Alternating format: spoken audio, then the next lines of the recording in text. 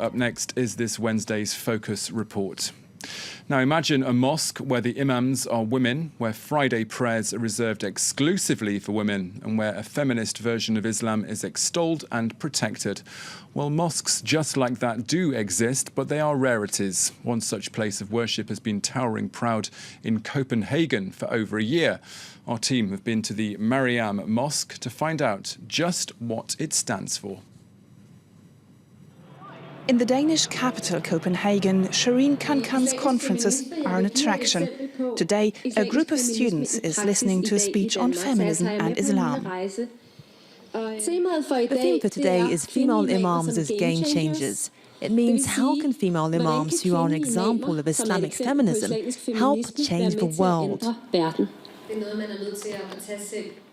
Sherin is heading Scandinavia's first mosque entirely run by women. She's the daughter of a Finnish Christian and a Syrian Muslim. Being part of two different worlds is second nature to her. Many Muslims grow up learning a very traditional version of Islam because most mosques in Denmark are very traditional. I'm not saying it's a bad thing, but perhaps there's also a need for an alternative interpretation. Her approach is appealing to many young Danish Muslims. I find it very refreshing as a Muslim to see a woman standing up and speaking her mind and doing what she actually is entitled to, but the society will not allow her to. So I will definitely would like to visit that mosque. The Mariam Mosque is in the middle of the city, in a buzzing commercial street. Allahu Akbar, Allah. Only women are allowed to come to the Friday prayers. Allahu Akbar. Today's attendees are regulars. Many prefer not to show their faces. Siham was born in Denmark to Algerian parents, but up until now, she rarely went to mosques. I always had the feeling that being religious without strictly following the religious rules was a sort of taboo. But then I heard the imams here talk about diversity and how everybody is a reflection of God. And now I understand that there's a place for everyone.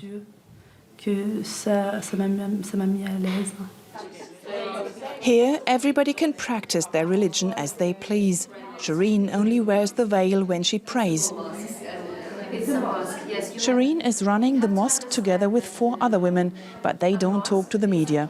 She has become the public face of the mosque, in Denmark and abroad.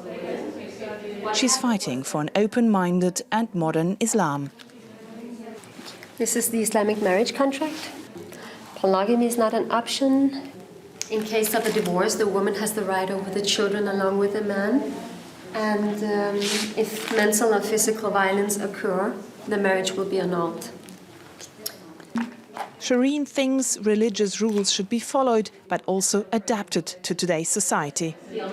When you want to create change, you have to do it slowly and wisely, and you have to be sensitive. And of course, you have to know your history, and you have to know about the Islamic tradition, about Islamic theology. The question of legitimacy is extremely important when you're changing fundamental structures. But not everybody is happy about Sherin's initiative. None of the staff of Copenhagen's big mosques were willing to talk to us. They fear they will be labelled as misogynist or reactionary if they openly criticize Sherin's mosque. Even some Muslim women are skeptical, like Afshar and her friend Somya. It's quite a big deal to call her a female imam, you know? It's the word imam. Female imams, that's not allowed. But all the other things, teaching, scholars, I'm in favor of that because that's really needed among our young generation. The Quran does not prohibit women from becoming imams, and yet there are very few female imams around the world. Sherin thinks that should change. Female Muslim leaders could give Islam a softer image, she says. and that could help in the battle against Islamophobia, which is on the rise in Denmark. And it's really difficult for people who practice anti-Islamic rhetoric or propaganda to hold on to a narrative that Islam is a suppressive religion, because they can see that we are taking the lead, we are happy and we are confident, and we are practicing Islam, and we believe that Islam is a religion of peace.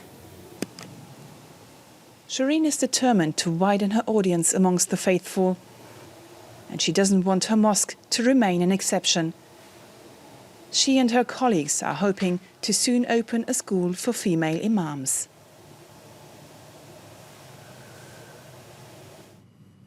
Well, for more on the issues raised in that focus report, we can speak now live with Sarah Faris, a senior lecturer in sociology at Goldsmiths University in the UK. She's also just published a book titled In the Name of Women's Rights, The Rise of Femo-Nationalism. Thank you very much for being with us here on France 24. First of all, even though such mosques featured in that report are few and far between, is this a sign that the Islamic faith is changing its views regarding women?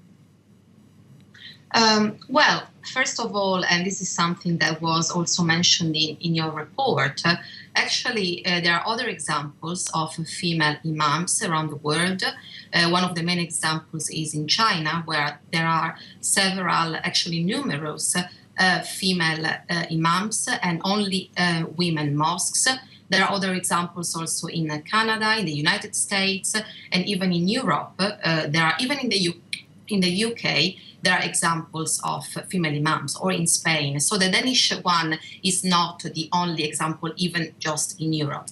In this sense, I'm not sure we can talk about a change, because women have always been actually quite important in the Islamic tradition. Certainly, this is a very welcome and important case, particularly in a context like the Danish one, in which, as you also said in your report, there is certainly rise of Islamophobia. We heard there, of course, in that report that it is liberating for many women that attend this mosque in Denmark, but yet many are still wanting to hide their faces. Why is that? This is clearly a step forward for them, but clearly not everything's changed for women in the Islamic faith. Well, changes take time. They don't happen overnight. And this is the first important thing to remember. Now, I think in this specific context, I think what Sherin Khankan is doing, she's doing something quite brave. She wants to pose two types of challenges. She's certainly challenging a certain patriarchal and conservative interpretation of Islam, according to which women cannot be imams, which is certainly something that's being challenged also in other countries, as I said already, and it's not something that the Quran says explicitly. So there are different interpretations of the Quran on this issue. But Sherin Khankan also represents a very important challenge to that Islamophobic idea, which is very widespread in Western societies, according to which female leadership and Islam are incompatible, or according to which Muslims are misogynist and they only want to oppress women's rights, but also gay rights. And just let me say on this latest note that it's quite interesting that just 3 days ago, in the case of the voting in the Bundestag in Germany about same-sex marriage, all of Germany's Muslim MPs voted in favor of same-sex marriage, unlike Angela Merkel. I think this is something quite remarkable also to remind. Can you now talk us through the differences of between being a Western feminist, so to speak, and an Islamic feminist? And can the two be combined in your view? Well, certainly there are important differences. The first and obvious difference is that they originate in very different regions of the world. And this, of course, brings different challenges. But importantly, both movements, even though they are very, very different even within themselves, they certainly want to improve women's position and women's rights in their respective societies. The other important difference is that very important sections of Western feminism don't base their reflections within a religious tradition, and in many ways they have actually challenged religious traditions, especially Catholicism or Christianity more generally, whereas Islamic feminism is based within Islam and it's grounded within the teaching of Islam. In terms of the possibility of combining them, well, I think it's certainly very important to have a dialogue. And I think this dialogue will be even more possible when certain, and I would say some Western feminists will also try to have this dialogue in a more symmetrical way instead of patronizing Muslim women, which is something that has happened quite often in Western Europe, but in the Western world more generally in the last 15 years. There are cases of some feminists, and I want to stress some, because it's certainly not all of Western feminists, who have been very critical of some Muslim practices, especially like the veil that Muslim women wear. And Muslim women have perceived these as a form of patronization on the side of some of these Western feminists. Sarah Faris at Goldsmith University in the UK. I'm sorry, we have to leave it there. Thank you very much for being with us here on France 24.